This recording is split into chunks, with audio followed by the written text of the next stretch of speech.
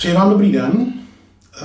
Chtěl bych vás přivítat u dalšího dílu, tentokrát 23. dílu našeho setkání na YouTube kanálu Audio Nirvana.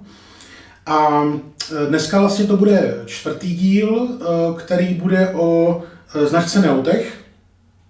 Já se k ní samozřejmě ještě v průběhu několika dalších měsíců vrátím, ale vlastně toto je jakoby poslední díl, kde bych chtěl prezentovat digitální kabely, které tato značka nabízí. V současné době tady mám k dispozici 3 druhy těchto digitálních kabelů.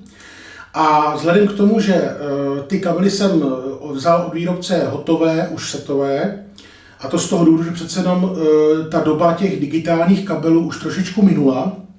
Dneska díky těm streamerům a všem těmto zařízením vlastně už není celkem důvod něco propojovat digitálně. Já to sám vidím, že přece jenom ten úbytek tady je značný. Tak jsem se rozhodl, aby to pro vás bylo zajímavé, abych tady neprezentoval jenom 3 kabely, tak jsem se rozhodl vlastně udělat takový větší test. A to test vlastně Neotech kabely versus ostatní kabely digitální, které mám ve své nabídce. Takže si myslím, že by to mohlo být jako zajímavé povídání a nějakým způsobem, abyste si udělali jasno vlastně, jaký ten kabel, pokud budete schánět nějaký digitální kabel, tak jaký ten kabel vlastně potřebujete. Samozřejmě můžete to se mnou zkonzultovat, to je jasné, ale myslím si, že není na to si udělat na to nějaký vlastní názor. Takže dneska si budeme povídat o digitálních kabelech. Jednak to budou samozřejmě klasické digitální koaxiální kabely, dále potom to budou USB kabely a potom ethernetové. Já bych se chtěl zaměřit hlavně na ty koaxiální kabely, které vlastně asi dneska každý zná, jsou nejprodávanější z těchto 3 druhů kabelů a myslím si, že určitě mají nezastupitelné místo v celém tom hudebním řetězci. Určitě bych ty kabely nepodceňoval, protože můžou významným způsobem přispět ke kvalitě zvuku, to znamená svou třeba jemností nebo tím, že vlastně tam jsou většinou stříbrné vodiče a dodají vlastně těm nahrávkám potom takový určitý lesk a ten vzduch a prostor. Takže první kabel, který bych chtěl představit, to byl právě ten od té značky Neotech.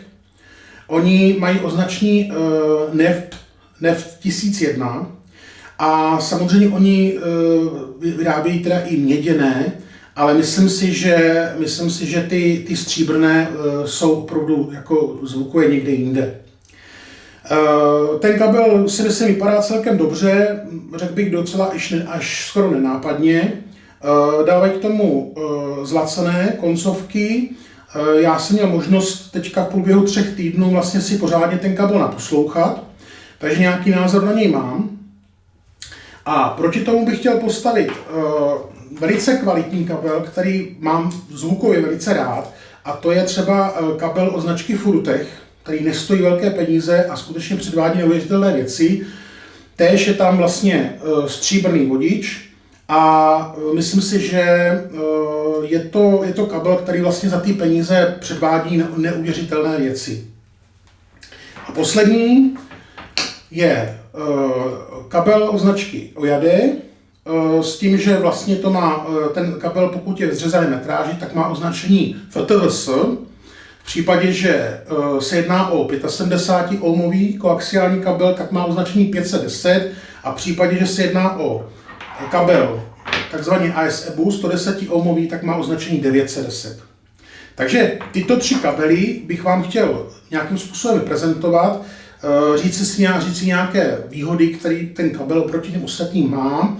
Samozřejmě budu to vždycky stavět vlastně Neotech, protože je to vlastně představení značky Neotech oproti těm ostatním kabelům. Samozřejmě musíme si také říci, jaké jsou zhruba nějaké ceny, které ty kabely představují, protože samozřejmě ne každý z nás je ochoten dát ty peníze za ten koaxiální kabel. A to si myslím, že je taky velice důležité. Takže já bych začal nejdřív tím Neotechem. Říkám, 3 týdny se tomu věnuju opravdu těm kabelům tak, abych vám byl schopen nějakým způsobem předat informace, které se domnívám jsou relevantní. A je vidět skutečně na těch kabelech digitálních od toho Neotechu, že je tam úplně ten samý vodič. Protože ta prezentace té zvukové složky, která vlastně z toho jde, tak je prakticky úplně totožná. Ať tam dáte USB kabel, ethernetový kabel nebo koaxiální kabel, tak ten zvuk je naprosto identický. Co se týče toho zvuku, v podstatě jedná se tam o vodič, který je z monokrystalického stříbra, to znamená UPOCC. Jedná se o vodič, který má tloušťku 0,4 mm, což je standardní tloušťka v podstatě digitálního vodiče. Není žádoucí, aby byl silnější, to se většinou potom dává do analogových, kde se dává většinou milimetr, ale do těch digitálních je spíš žádoucí, aby to stříbro, ten vodič byl co nejslabší, respektive těch 0,4 mm. Řeší to tak samozřejmě i značka třeba AudioQuest a podobně, takže si myslím, že je to správně. Zvukově bych řekl, že ten kabel samozřejmě je opravdu excelentní, předvádí neuvěřitelné věci. Já už jsem tady měl hodně kabelů digitálních, které vlastně proběhly mým řetězcem, protože mám 3 převodníky, takže mezi nima samozřejmě používám koaxiální kabely, někde používám i duální, jako na pravý a levý kanál, ale prostě to zakončení je vždycky koaxiální. Takže měl jsem si možnost ho poslechnout, zvuk je velice příjemný, detailní, transparentní. Nemyslím si, že by tam byla nějaká ostrost, něco takového. Od první chvíle, prostě, když ho tam dáte, ještě tak jako se zahořuje, tak prostě cítíte, že jako je tam ten prostor, ten vzduch a tak dále. Takže z mého úhlu pohledu patří ten kabel opravdu jako ke špičce vlastně z hlediska toho zvuku. Předtím jsem tam měl Synergistic Research kabely SX, které byly poměrně dost drahé a musím říct, že ten kabel je v několika ohledech, a to je z hlediska podání prostoru, je určitě lepší. Jinak v současné době mám k dispozici metrové balení, domnívám se, že to je dostačující pro většinu z nás, ten metr. Firma nabízí i půlmetrové, osobně se domnívám, že už je to pak na hraně docela, a pak samozřejmě 1,5 m, takže ten metr mě přišel tak akorát. Je celkem dobře pohebný, vzhledem k tomu prostě, že jsou tam ty digitální, nebo ty stříbrné vodiče 2, takže tam není problém žádnou ohebností s ničím takovým. Jo, myslím si, že je jako velice pěkný, působí poměrně dosti decentně, zase na druhou stranu má pěkný oplet, není to jako nějaké PVC, je to opravdu mylarový oplet a vypadá jako velice dobře. Tady potom na těle toho kabelu je i šipka z hlediska směrovosti, protože vlastně všechny ty vodiče, které ten Neotech nabízí v té střední a vyšší kategorii, jsou vždycky směrové, takže na to je dobrý se podívat. Tak, teď když vezmu kabel, který se přibližuje té cenové relaci toho Neotechu, tam se bavíme o ceně zhruba asi 5600 Kč za ten metr, i s koncovkama se vším všudy. Tak hodně podobný cenově ten kabel je tady o značky Ojade, to je vlastně provedení FTVS, jinak pokud to je hotový z fabriky, tak má označení AR.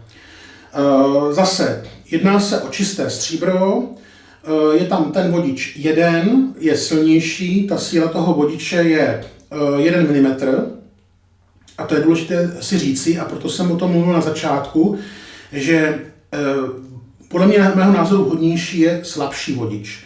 Tady použili teda 1 mm, kabel je velice čistý, zvukově je transparentní, možná bych řekl trošičku ostřejší, a to je důležité jakoby si říci. Takže tady si myslím, že bude vhodný pro lidi, kteří mají třeba starší aparatury, jo, který prostě mají starší reprosoustavy, typicky třeba 15 let a více, mají nějaké zařízení, prostě, které CD přehrávač a podobně, které koupili už před mnoha lety. Takže si myslím, že třeba ta jemnost a decentnost toho Neotechu tu nemusí úplně tak ocenit, a spíš ocení ten Neotech, spíš ocení ten Ojade, protože ten zvuk je ostřejší. Na druhou stranu, pokud máte tu aparaturu už trošku vyladěnou, už jako v podstatě dokončujete a ten digitální kabel byl měl přijít až úplně nakonec, podle mého názoru, tak si myslím, že to OJADE není pro vás úplně vhodné. Jo? Takže toto je vhodný, když máte starší aparaturu, potřebujete ten zvuk trochu rozsvítit, přidat tomu trochu prostoru a takové přirozené ostrosti, tak OJADE. Pokud máte systém prakticky hotov, máte ho kvalitní, máte ho dobře vybudovaný, jsou tam novější komponenty, tak doporučuji potom určitě ten Neotech. No a třetí možnost, když do toho hodím vidle, tak je značka Furutech. Má označení FXAG, ten kabel. Je velice ohebný, řekl bych asi nejohebnější kabel, co znám. Zvukově mám velice rád, protože je velice hudební ten zvuk. Velice hudební. Je trošku měkčí, ale samozřejmě tím, jak je měkčí ten zvuk, tak je zároveň i hudební. Ten kabel opravdu ten kabel cenově skutečně to je nějakých, nevím, 1200 Kč metr, takže to si může dovolit opravdu každý. A je vlastně, zase je tam stříbro, které má 0,4 mm, ale skládá se z takových velice jemňoučkých, jakoby, až bych řekl, skoro jako folií. Jo? Že to není úplně ten jeden vodič, který tam je, ale je to několik takových jemňoučkých drátků, které se úplně tváří jako folie stříbrná. Jo? A musím říct, že je ten kabel za ty peníze je naprosto excelentní. Takže pokud nedosáhnete cenově na Neotech, tak se tomu hodně přibližuje ten kabel Furutech FXAG. Hodně se tomu přibližuje. Nemá tolik prostoru, tolik vzduchu, tolik transparentnosti a všeho, to je pravda, ale zároveň tomu nechybí. Jo? To znamená, všeho je prostě o 20% méně.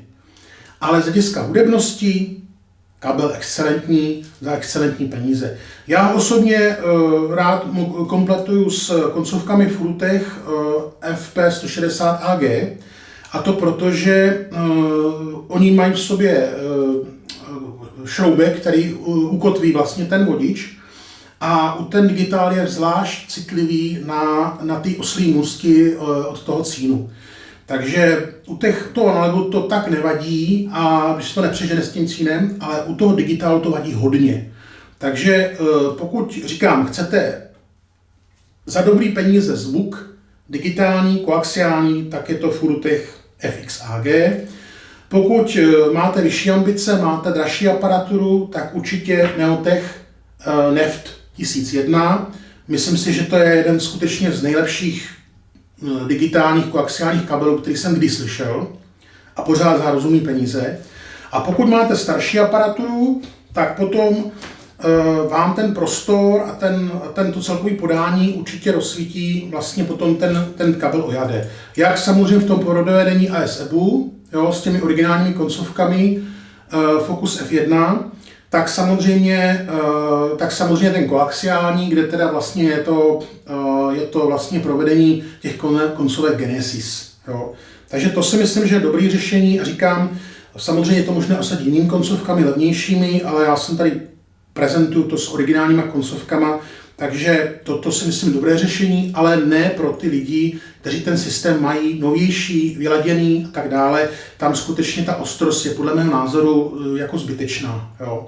Takže to jsou 3 možnosti, které jsou tady, které nabízím, které osobně mě vyhovují, a jsou ty kabely udělané tak, že jsou pokaždé je to pro trošičku jiného člověka, který očekává od toho kabelu něco jiného. Takže to jsou koaxiální kabely digitální, které vlastně trošičku už dneska malinko vymizely. Já ještě před tím rokem jsem běžně těch kabelů kompletoval ze 12 třeba za měsíc, ale dneska opravdu už to jsou jednotky, ale přesto si myslím, že ty digitální kabely, pokud chcete propojit CD přehrávač třeba s nějakým lepším převodníkem, tady je třeba ve streameru, tak je to výborné řešení. Pokud chcete propojit, třeba jak to mám já, že mám síťový most a mám vedle toho převodník zvlášť, takže to je také dobré řešení, tak to propojím třeba USBčkem, můžu propojit třeba koaxiálním kabelem. A myslím si, že pořád ty digitální kabely určitě jsou důležité v tom hudebním řetězci, ale jak říkám, asi bych ty digitální kabely tam dával až úplně naposledy. Jo. Nejdřív bych řešil signálový kabely a repro kabely, pak bych řešil určitě napájecí kabely a teprve pak digitální. Jo. Pochopitelně, tak jak už jsem říkal v minulých reportážích, asi ta filtrace by měla být někde tam uprostřed asi, protože samozřejmě, když nefiltrujete, tak ten zvuk zase je trošičku někde jinde. Tak, teď bych se chtěl věnovat USB kabelům, které se domnívám, že mají taky nezastupitelnou funkci v tom digitálu a v té aparatuře. Já jsem si tady vybral proti tomu Neotechu, vybral jsem si tady dva kabely od AudioQuestu, protože ta značka AudioQuest skutečně nabízí obrovskou šíři a škálu těch USB kabelů, úplně až neuvěřitelnou. A je faktem to, že když mě osloví nějaký klient a teďka chce nějaký USB kabel nebo nějaký jiný digitální kabel, tak se trošku v těch AudioQuestech kabelech jakoby hodně ztrácí. Já se mu teda nedivím, protože já třeba, než jsem se naposlouchal ty AudioQuest kabely všecky, tak to bylo 3-4 měsíce minimálně, než prostě jsem se v tom nějak jako zvukově, když to tak řeknu, zorientoval. Protože oni ty kabely všechny hrajou dobře, ale opravdu tak jak jsou ty jejich řady postupně nahoru, tak skutečně ten zvuk jde taky nahoru. Jo? Ale někdy ty niance a ty rozdíly, zvlášť když máte ethernetový kabel, tak to je opravdu hodně těžký to si to prostě naposlouchat, takže to trvá dlouho. Takže začnu Neotechem. V podstatě značka Neotech nabízí takový krásný, postříbřený oplet, který vypadá velice dobře. Nabízí k tomu teda zase zlacený koncovky a pochopitelně tam zase úplně stejný vodič jako u těch ostatních digitálních kabelů, takže ten zvuk je zase hodně stejný nebo hodně podobný. Já jsem samozřejmě, protože nejsem schopen v té své aparatuře poznat USB kabel, tam skutečně těch kabelů je hodně a je to hodně taková trošku jako záležitost, kdy opravdu musíte si to v klidu naposlouchat, abyste tam to, co potřebujete, slyšeli, tak jsem to samozřejmě řešil přes externí převodník u počítače a přes sluchátka, před to si myslím, že jako asi je nejlepší řešení. Takže zase, tak jak už jsem říkal u koaxiálního kabelu, zvuk je velice detailní, má dostatek vzduchu, prostoru, má velice dobrý jakoby zapojení do té hry, to znamená do toho zvukového projevu. A myslím si, že i celkově vypadá ten kabel velice dobře a je mimořádně dobře ohebný. Jo? Což třeba říkám, měl jsem tady různé značky, ať už od toho Synergistiku nebo prostě od jiných. A ty kabely prostě byly jako hodně takový silný a strašně špatně se s těma kabelama pracovalo. Jo? Úplná hrůza bych třeba řekl, třeba ethernetový kabel třeba od Synergistiku, to je prostě, jak bych v podstatě tyč, jo? Kterou když strčíte do Wi-Fi, tak ta Wi-Fi prostě musí jít zároveň v jedné rovině s tím kabelem. Jo? Takže to je opravdu těžký extrém. Takže tady jako tohle se bát nemusíte. Zase originální se nabízejí v metru, v půl metru a 1,5 metru. Já jsem zase samozřejmě vzal metr, protože si myslím, že to jako je tak akorát. Jo. Cenově zase říkám, je to někde kolem té ceny toho koaxiálního kabelu, takže jako zase budu mít obecně někde to kolem těch 5 000 korun. A pokud byste si ten kabel chtěli poslechnout, naposlouchat tak dále, tak samozřejmě je to k dispozici. Jo, takže řekl bych jeden z nejlepších kabelů, co jsem vlastně jakoby měl možnost slyšet, co se týče toho USB, a že jsem třeba těch kabelů od toho AudioQuestu měl ve svém systému a pro svou potřebu opravdu hodně. Nejbližším, jakoby, řekněme, parťákem nebo možností, která se nabízí vlastně pro to USB připojení, USB AB, tak je u AudioQuestu Carbon. Samozřejmě nad tím ještě Coffee, to jsem měl asi 5 let, takže o tom vím dost. A pak samozřejmě ještě Diamond, který je cenově někde úplně jinde ustřelený a to asi nemá smysl nějakým způsobem tady prezentovat. Určitě je lepší stříbrný od Neotechu za tyhle ty peníze než Diamond za 15 000 korun. Takže nejbližším takovým jakoby partnerem toho tady té nabídky vlastně je ten AudioQuest Carbon, který musím říct, že hraje velice dobře. Je to v podstatě měď, oni teda říkají, že tam je tuším 10% stříbra. To tam moc slyšet není, ale mně se na něm líbí to, že má perfektně ukotvený basy, prostor je tak akorát a vzhledem k tomu, že to v podstatě měď, tak myslím si docela jako rozumný výšky. Jo. Nedosahuje těch kvalit jako Neotech, to ne, ale jako měl ho třeba půjčený můj kamarád, já nevím, měl ho 2 roky, pak si ho nechal a říkal mě, že se mu osobně líbil víc třeba než ten Coffee, jo, že zvukově mu přišel jako lepší. Jo, takže pokud nechcete utratit velký peníze, chcete nějaký normální kabel za normální peníze a ještě chcete nějakou takovou tu kvalitu, tak osobně si myslím, že byste měli uvažovat o tom Carbonu, protože to je jako, pokud máte radši basovější záležitost a nechcete tam takovou tu levitaci těch výšek a podobně, což u toho Neotechu je, protože ten je hodně vzdušný, tak si myslím, že ten Carbon je prostě jako dobrý. Jo. To bych osobně řekl, že jako je to velice dobrý řešení.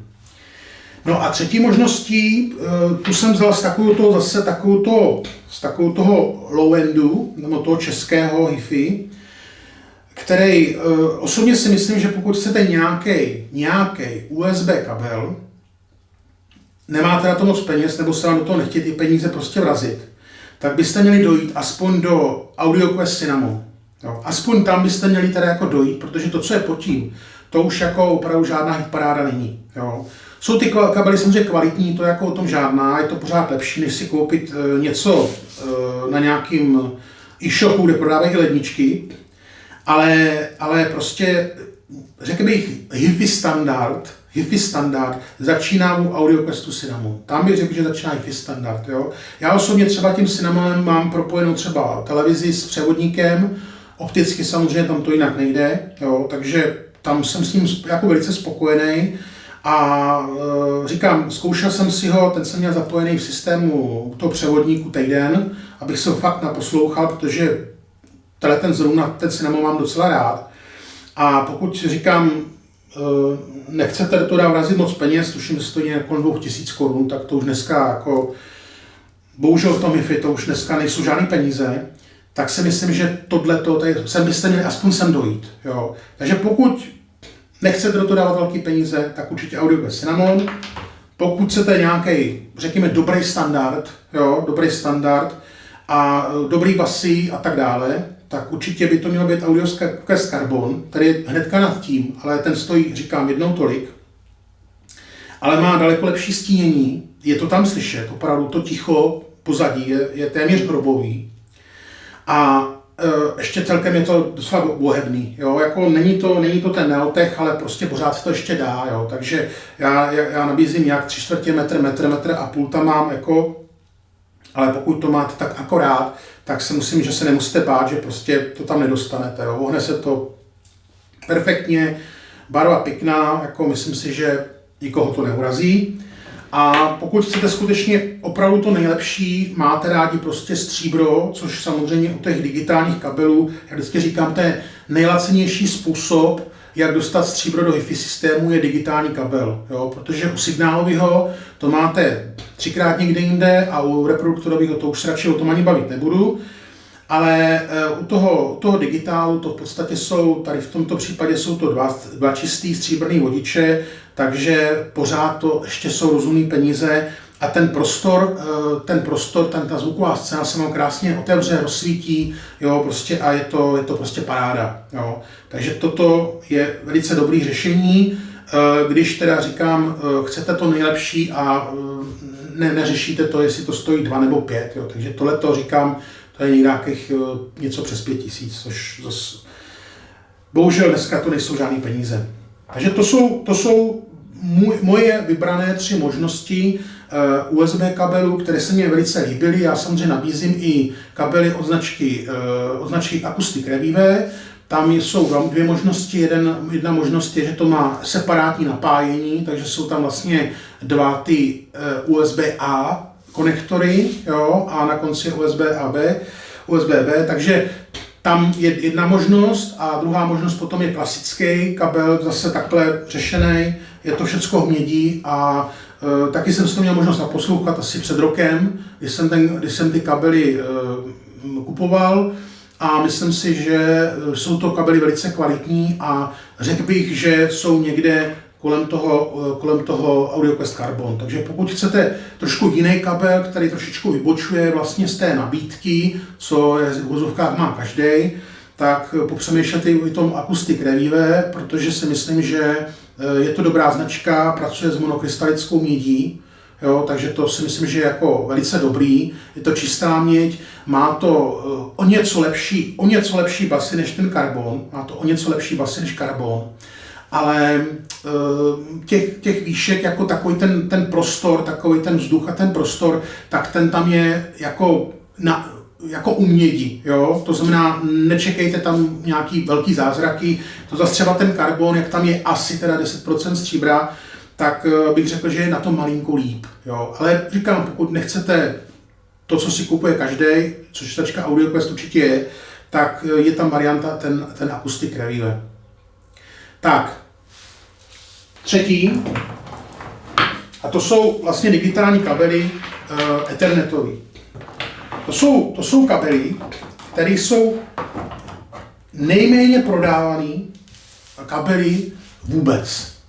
Já musím říct, že za rok, jestli prodám 5 ethernetových kabelů, tak je to maximum.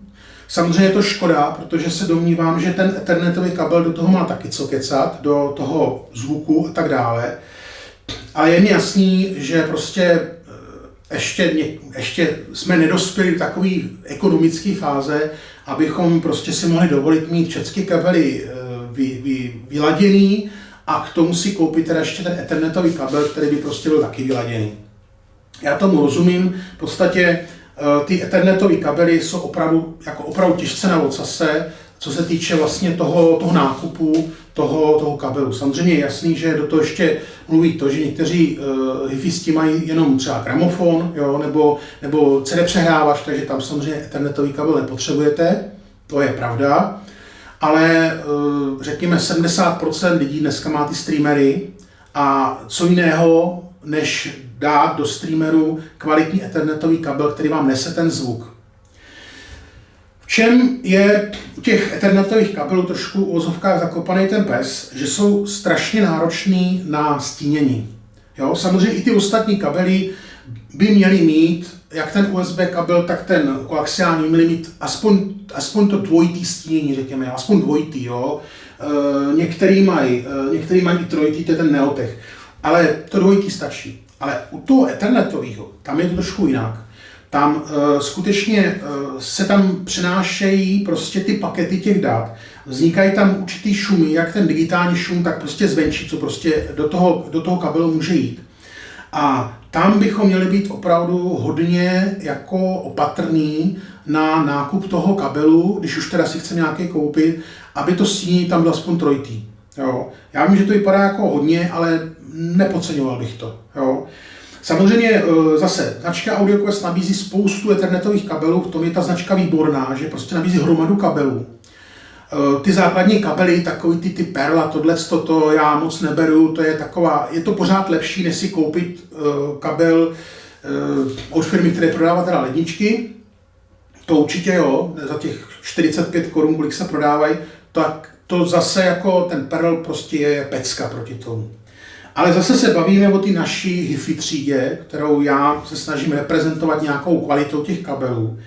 A myslím si, že pokud jste takový trošku malinko ortodoxní hifisti a chcete si už koupit teda nějaký kabel, když už teda do toho jdete, tak se nekoupit prostě nějakou tkaničku za 2000, tak jsou tady v podstatě z mýho úhlu pohledu 3 možnosti, plus jedna možnost, kterou tady dneska neprezentuju, to je zase ta značka Acoustic Revive, kterou mám k dispozici.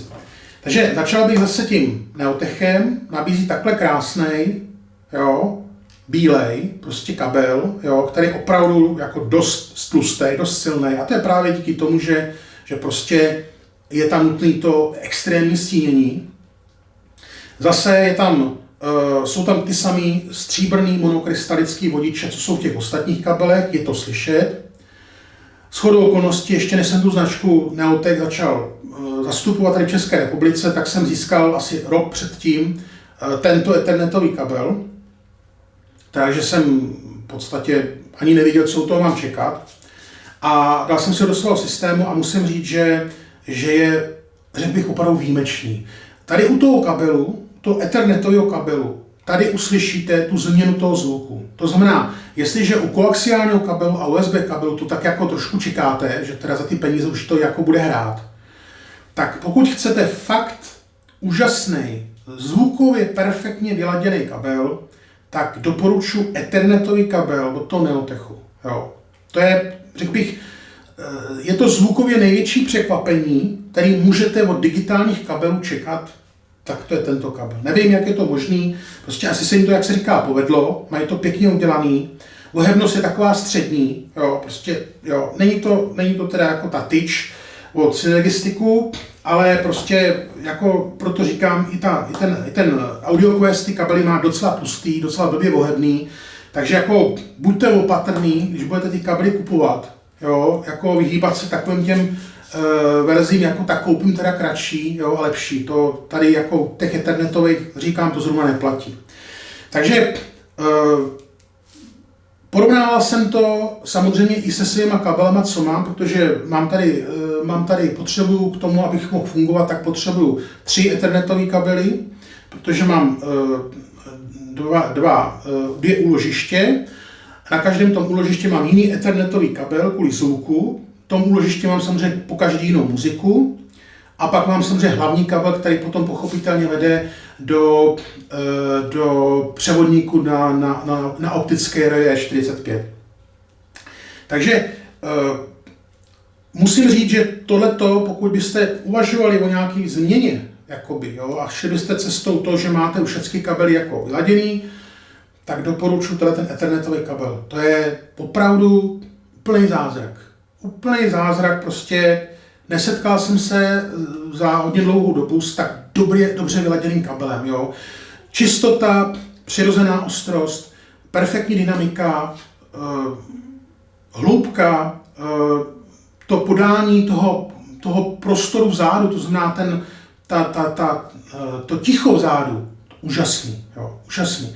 Samozřejmě musíte k tomu mít pochopitelně ty další věci, to znamená, nemá smysl kupovat ten kabel, když nemáte vyřešený třeba reproduktorový kabely a podobně, to je jasný.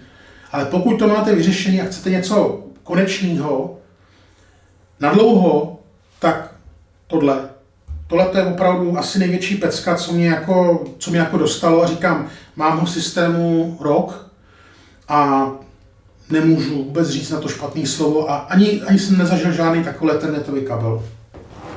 A říkám, cena je 5 až 6 tisíc, vlastně několik. Tak, potom proti tomu jsem postavil AudioQuest 8, která má hodně podobný cenový ráz, to znamená, zase se bavím o ty částce, co jsem říkal. Jo, zase je to taková jako dílka celkem, myslím si, jako rozumná, jo, tuším taky, že to je asi nějaký metr. Zase je blbě ohebná, jo, takže opatrně s těma dílkama, jo, opatrně, pochopitelně není problém si kabel půjčit, vyzkoušet, jo, můžu vám pak dát třeba nějaký jiný a tak dále, takže na zápůjčku a tak dále. Určitě není problém, je to hotový výrobek, takže pochopitelně možnost vrácení 14 dnů a tak. Takže zkoušel jsem to, hodnotil jsem to proti tomu Neotechu, zase kabel dopadl velice dobře, v tom systému byl slyšet, byla tam, řekněme, taková proti jiným kabelům určitá čitelnost toho prostoru, těch hudebních nástrojů a tak dále. Bylo tam malinko méně výšek a malinko víc prostoru proti tomu Neotechu, protože toto je čistě stříbrný monokrystalický vodič a tady vlastně uvádějí to, že je tam nějakých, tuším, 10% stříbra, takže je tam větší podíl té basové složky a takové určité koherentnosti těch středů. a menší podíl vlastně takových těch výšek a takového toho prostoru, což samozřejmě může taky někomu vyhovovat. Jo? Někdo to nepotřebuje mít, aby mu to tam jako prostoru nějak jako extra levitovalo. Takže ta vodka je dobrý řešení a je to někde finančně tady kolem toho Neotechu. Myslím, že malinko dražší, ale to není tak podstatný. Takže pokud chcete, aby to mělo větší basový podíl, jo, že prostě nechcete, aby to tam prostě ty výšky a toho tolik bylo, tak určitě bych zkusil tu vodku, jo, která je velice dobrá. A říkám, těch výšek tam je tam dost proporčně, ale jako já mám radši prostě ten Neotech, jo. Takže prostě to je pro ty lidi, co prostě mají radši to střední pásmo a ty basy a těma výškama se prostě nechtějí za tolik zabývat. Takže nic tam neubyde prostě, jo, jenom ty výšky prostě on neprezentuje takovým způsobem jako ten Neotech, jo, takže dobrá kvalita. No a poslední kabel, co jsem jakoby chtěl vyprezentovat, protože bavíme se tady o nějaký HiFi třídě, takže když si někdo koupí už je ten netový kabel, tak si myslím, že už jako to myslí vážně. Tak samozřejmě mám tady pochopitelně i nejvyšší model od AudioQuestu a to je ten Diamond. Jo, já jsem vzal 1,5 m, to proto, protože vím, že většina lidí tyhle ty kabely si kupují většinou lidí z zahraničí. Jo. Jako já jsem tady ještě Diamonda někomu v Česku a teda ani na Slovensku neprodal, ale už jsem prodal 2 do zahraničí, takže jako ty Diamondy celkem jako v zahraničí o nich vědí, mají pochopitelně asi k tomu taky adekvátní aparatury, jo, takže to nebudu tady hodnotit, ale musím říct, že jako ten kabel jsem měl i v historické minulosti, tady měl asi třeba půl roku a měl jsem ho před těma synergistikama a před tím Neotechem, takže jsem ho tam měl v systému asi půl roku a je to pro určitou skupinu lidí. Je to zase čistý stříbro, je to trošku jiný stříbro, než je v tom Neotechu, to chci upozornit. Ten zvuk je rovnější, zachovává si určitý prostor pevně vyhraněný, má to velice dobrou dynamiku a celkově ten kabel perfektně vyladěný. Což bych řekl, třeba ten Neotech je takový víc trošku jakoby malinko rozevlátější a je spíš jako dohudebná, jo, to znamená takový trošku jakoby jo, prostě načechranější, tak ten AudioQuest ne, to je prostě pevný zvuk, prostě jede to jako po dráze, nekouká vpravo, vlevo, prostě dělá to, co má, jo, a neřeší tam prostě nějaký ty věci, jako je prostě nějaká určitá jako větší hudebnost a tak dále. Takže podle mého názoru je to zase pro lidi, kteří mají prostě rádi trošičku asketický zvuk, jo, takový, že nechtějí tam prostě toho mít jako moc, chtějí prostě mít přesně to, co tam má být, co v té muzice je, tak to prostě, aby ten kabel předal, hotovo, jo. Takže to je prostě ten AudioQuest Diamond, který prostě je velice kvalitní, velice drahý, ale říkám, nabízí prostě tu čistotu, prezentnost podání v té, řekněme, nejasketičtější podobě, jakou si lze představit. Jo.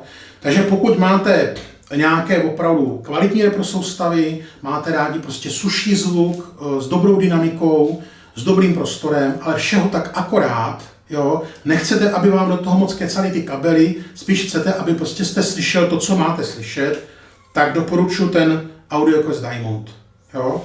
Pokud máte rádi víc basovou složku a středy, a ty výšky tam samozřejmě jsou, ale nechcete, aby tam prostě byly jako hodně moc slyšet, tak určitě do AudioQuest vodka. Jo, jsou to opravdu silný kabely, takže opatrně s tou dílkou.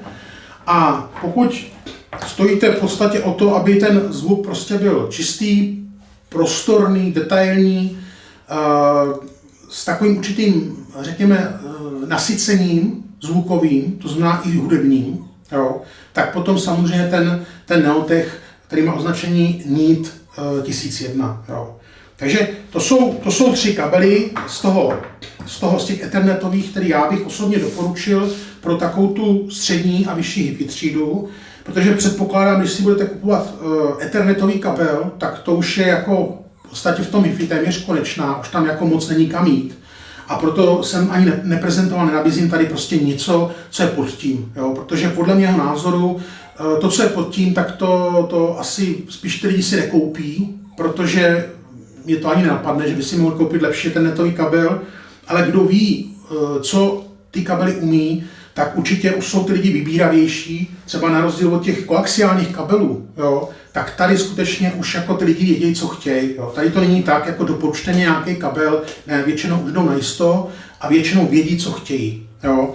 Takže to je moje doporučení z hlediska ethernetových kabelů a myslím si, že zase tyhle 3 kabely to je úplná konečná. Jo. Tam prostě není kam jít. Jo. Já ještě nabízím kabel od Acoustic Revive, myslím, že je 2metrový, je docela dlouhý. Zase je to monokrystalická měď, takže je velice kvalitní. Nabízí neuvěřitelný basy, velice dobrý prostor zobrazení. A zase bych řekl, prostě ty výšky jsou tam tak akorát. Je to prostě měď, takže prostě vám to nedá víc, než prostě dokáže dodat měď. Takže je to zase pro lidi, kteří chtějí něco jiného, než třeba je ten AudioQuest, jo, něco jiného, chtějí prostě mít nějaký jiný kabel, který jsou určitým způsobem dost náročný, protože ten kabel je docela drahý, ale ne zase třeba jako ten Diamond, to je jasný. A líbí se jim prostě to zobrazení toho prostoru spíš tak jako basy, středobasy, středy a ty výšky tak akorát, protože to mají zase dotažený někde v nějakých jiných kabelech, které mají v tom systému.